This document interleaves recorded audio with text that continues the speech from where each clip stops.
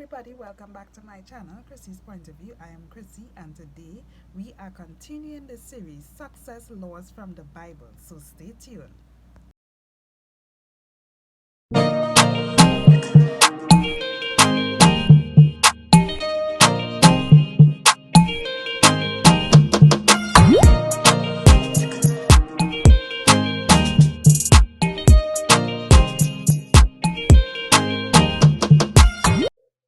Hi everybody, welcome back to my channel, Chrissy's Point of View. If this is your first time on Chrissy's Point of View, my name is Chrissy and I speak mostly about motivational, Christian motivational. I speak about going out of your own way to make sure and accomplish your dreams. I strongly believe in accomplishing your dreams. I have different type of meditation to calm your mind and get you out of that stress mode, right? So I just want to say welcome back to my channel. Today we are continuing part 2 of the series Success Laws from the Bible, and we are continuing part 2 of Law of Planning, right? So we left off with the 10 maidens, right? The 10 maidens, and 5 were foolish and 5 were wise, right? And we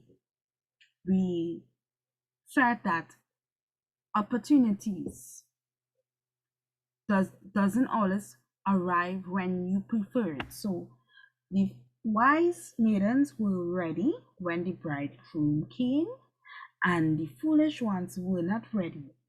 They were what you call their pants were down.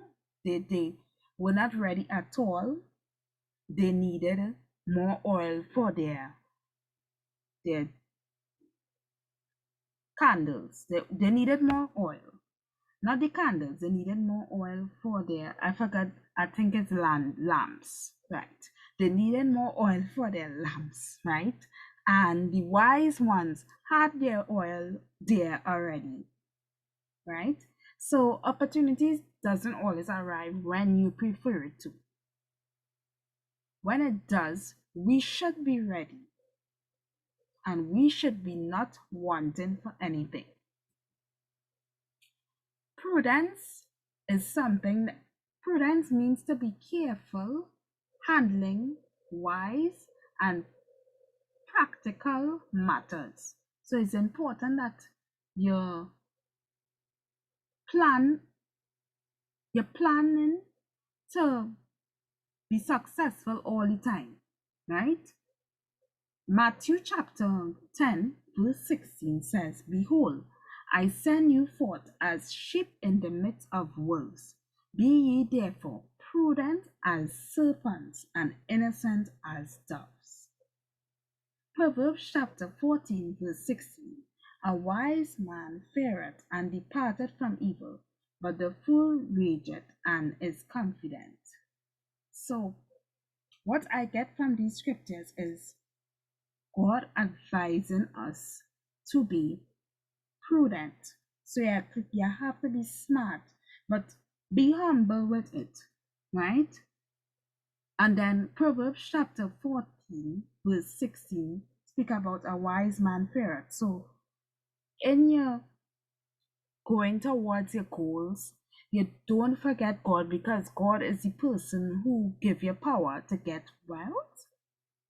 And I have to keep that in mind. I myself have, as I am speaking to y'all now, I have to keep that in mind all the time, that God is the one who is the blesser, and we need to stop focusing on the blessing, right? Tell me if you agree with what I'm saying. We need to stop focusing on the blessing, right? So basically, the fool rageth. So we don't want to be foolish and forget God, right? And be overconfident, because you could lose everything just like that, because you're not giving God the glory for who he is and what it is he bless you for, right? Make the most of every opportunity. Practicing time management is very, very, very important, right? Very, very important. Colossians 4:5. Walk in wisdom towards them that are without, redeeming the time. So the scripture tell you to redeem the time. So don't waste time chit-chatting and all talking with persons who don't have the same goals as you. Because at the end of the day, they cannot give you back that time that you have lost. If you're studying for an exam and you have a time limit on that when an exam is, you should not have any time to be chit-chatting and all talking with persons who don't even have an exam coming up. They have a lot of free time on their hand. But you know your goal, you know you want to pass. They cannot help you pass at the end of the day. Am I right? Comment down below if I am right, if you all are understanding what I'm saying. Now, Ephesians 5, verse 15 to 17. See then that ye walk circumspectly, not as fools, but as wise, redeeming the time, because the days are evil. Wherefore, be ye not unwise, but understanding what the will of God is. It is important that you focus and refocus activities that pertains to your future by practicing time management. It is also important to rebuke your mind and body after a long day. So my advice to you is the set of staying up and watching TV and all these things when you should be resting your brain cells. Yes, there's a time to relax and there's a time for all of those things, but rebooting your mind if you are focusing on your goals is very, very important. And I'm speaking to myself because there was a time I was doing a rat race and I didn't used to rest, and it was really getting to me. So I don't want that to happen to y'all. Solomon talks about the different seasons and times in Ecclesiastes chapter 3, verse 1 to 8. To everything there is a season, a time to every purpose under the heaven, a time to be born, a time to die, a time to plant and a time to pluck up that which is planted, a time to kill, a time to heal, a time to break down, and a time to build up, a time to weep, a time to laugh, a time to mourn, and a time to dance,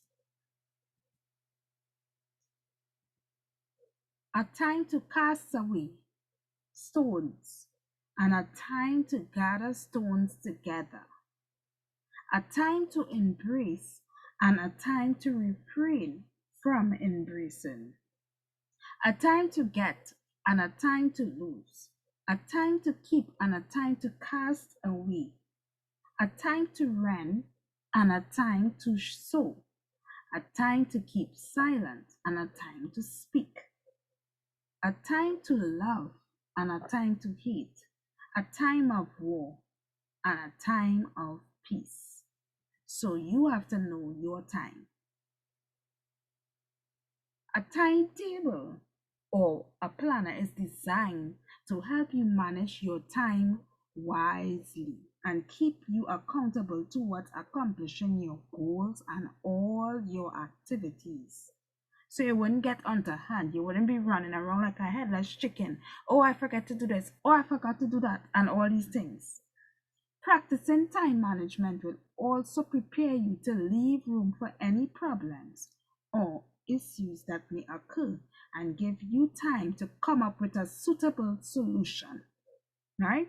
So, if you are accustomed practicing time management and something happens, my thing is always leave a window in place in case something happens, right? Because you never really know how things will go. So you prepare for that. You prepare for certain things. So you give yourself certain windows, like half an hour windows in between your schedules.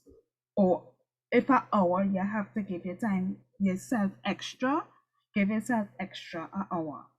Even to what you call reboot, you need that time,